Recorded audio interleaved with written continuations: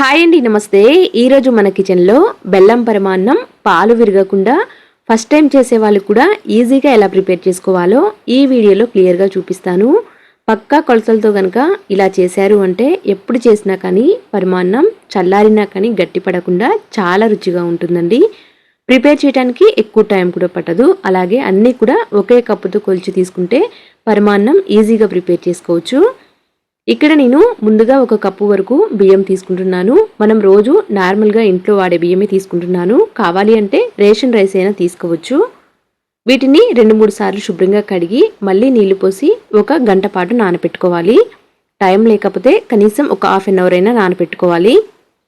ఇప్పుడు నీళ్లు పోసి వీటిని పక్కకు పెట్టేస్తున్నాను. నెక్స్ట్ ఇప్పుడు మనం ఏ కప్పుతో అయితే బియ్యం కొలిచామో మళ్ళీ సేమ్ అదే కప్పుతో పాలని, నీళ్ళని, అలాగే బెల్లంని అన్నీ కూడా ఒకే కప్పుతో కొలిచి తీసుకుంటే కన్సిస్టెన్సీ అనేది లూజ్గా ఉండదు, అలానే గట్టిగా కాకుండా పర్ఫెక్ట్గా ఉంటుంది. ఇక్కడ నేను బియ్యం కొలిచిన కప్పుతోనే 4 కప్పుల వరకు చిక్కటి పాలు తీసుకుంటున్నాను. పచ్చిపాలే తీసుకుంటున్నానండి. నెక్స్ట్ మళ్ళీ అదే కప్పుతో 2 కప్పుల వరకు నీళ్ళని తీసుకుంటున్నాను. 1 కప్పు బియ్యంకి 6 కప్పులు తీసుకున్నాను పాలు నీళ్లు కలిపి. ఇలా వేసిన తర్వాత ఇప్పుడు మూత పెట్టి మీడియం ఫ్లేమ్లో ఈ పాలని వేడి చేయాలి. ఈ పాలు వేడయ్యేలోపు నెక్స్ట్ ప్రాసెస్ చూద్దాం. ఇక్కడ నేను ముందుగా నానబెట్టిన బియ్యాన్ని ఒకసారి చూపిస్తున్నాను చూడండి. గంట తర్వాత బియ్యం ఇలా చక్కగా నానతాయి. ఇప్పుడు ఈ బియ్యం పక్కన పెట్టేసి నెక్స్ట్ మళ్ళీ బియ్యం కొలిచిన కప్పుతోనే 2 కప్పుల వరకు బెల్లం తురుమును తీసుకుంటున్నాను. ఇక్కడ స్వీట్నెస్ని బట్టి కొంచెం ఎక్కువ తక్కువ తీసుకోవచ్చు. 2 కప్పుల బెల్లం తురుము తీసుకున్నాం కదా, కొంచెం వాటర్ కూడా వేసేసి ఇప్పుడు ఈ బెల్లాన్ని ముందు కరిగించాలి. బెల్లం కరిగిన తర్వాత కనీసం 4-5 నిమిషాల పాటు మీడియం ఫ్లేమ్లో ఉడికించాలండి. తీగ పాకం వచ్చే వరకు ఉడికించాలి. అలా ఉడికించటం వల్ల ఈ పరమాన్నంకి మంచి రుచి వస్తుంది. ఇక్కడ చూడండి, వీడియోలో చూపిస్తున్న విధంగా బెల్లం కరిగిన తర్వాత మీడియం ఫ్లేమ్లో పెట్టి ఒక 4-5 నిమిషాలు ఉడికించిన తర్వాత మళ్ళీ చెక్ చేస్తున్నాను. వీడియోలో చూపిస్తున్న విధంగా ఇలా తీగ పాకం రావాలి. ఇలా తీగ పాకం వచ్చిన తర్వాత స్టవ్ ఆఫ్ చేసేసి పక్కన పెట్టేసేయాలి. బెల్లంలో ఏమైనా నలకలు అనిపిస్తే ఈ వేడి మీద ఉన్నప్పుడే ఫిల్టర్ చేసుకుని పక్కన పెట్టుకోవాలండి. నలకలు ఏమీ లేవు కాబట్టి నేను అలానే పక్కన పెట్టేశాను. ఈలోపు పాలు కూడా చక్కగా వేడయ్యాయి. పొంగొచ్చిన తర్వాత కొద్దిసేపు మరిగించి ఆ తర్వాత నానబెట్టిన బియ్యం కూడా వేసేసి అంతా కూడా ఒకసారి కలిపి మళ్ళీ మూత పెట్టి మధ్య మధ్యలో కలుపుకుంటూ ఈ రైస్ని మెత్తగా ఉడికించుకోవాలి. మనం బియ్యం నానబెట్టాం కాబట్టి త్వరగానే ఉడుకుతుంది.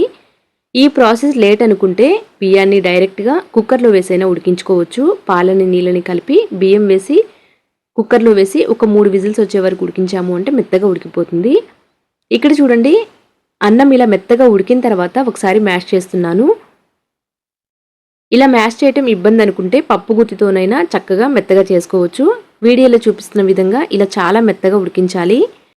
అయితే ఇక్కడ నేను మెత్తగా మ్యాష్ చేస్తున్నాను కదండి. ఒకవేళ మెత్తగా లేకుండా కాస్త పలుకుగా ఉంటే ఇష్టపడే వాళ్ళైతే ఇలా మ్యాష్ చేయనవసరం లేదు.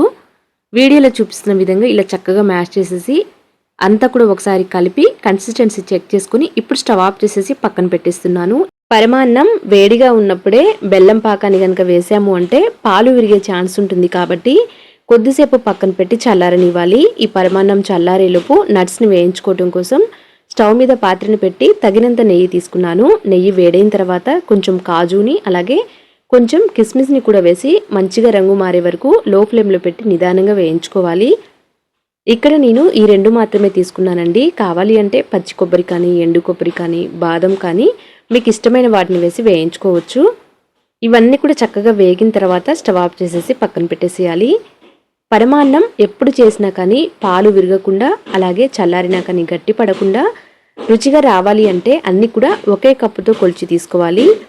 ఇక్కడ నేను 1 కప్పు బియ్యం తీసుకున్నాను కదండి. 1 కప్పు బియ్యంకి 4 కప్పుల వరకు చిక్కటి పాలు, 2 కప్పుల వరకు నీళ్లు తీసుకున్నాను. అంటే మొత్తం 1 కప్పుకి 6 కప్పులు పాలు నీళ్లు కలిపి తీసుకున్నాను. బెల్లం వచ్చేసి 2 కప్పులు తీసుకున్నాను. కరెక్ట్గా సరిపోయాయండి. ఇక్కడ చూడండి, పక్కన పెట్టిన పరమాన్నం చల్లారింది కదా, మంచి ఫ్లేవర్ కోసం ఇలాచి పొడి వేసి అంతా కూడా ఒకసారి కలిపి గోరువెచ్చగా ఉందో లేదో చెక్ చేసుకొని ఆ తర్వాత ఇప్పుడు ముందుగా కరిగించి పక్కన పెట్టిన బెల్లం పాకాన్ని కూడా పూర్తిగా చల్లారిన తర్వాత వేసేసి అంతా కూడా కలిపేసేయాలి. ఇలా చేయటం వల్ల పరమాన్నం ఎప్పుడు చేసినా కానీ పాలు అస్సలు విరగవు, అలాగే చల్లారినా కానీ గట్టి పడకుండా ఉంటుంది.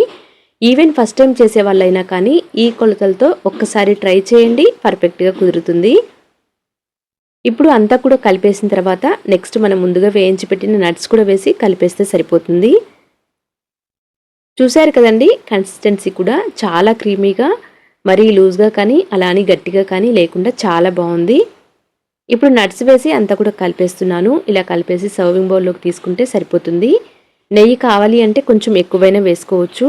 చూశారు కదండి, పాలు విరగకుండా పరమాన్నం చాలా పర్ఫెక్ట్గా ప్రిపేర్ అయింది కదా. ఇలా ఒకసారి ట్రై చేయండి, తప్పకుండా రుచిగా ఉంటుంది.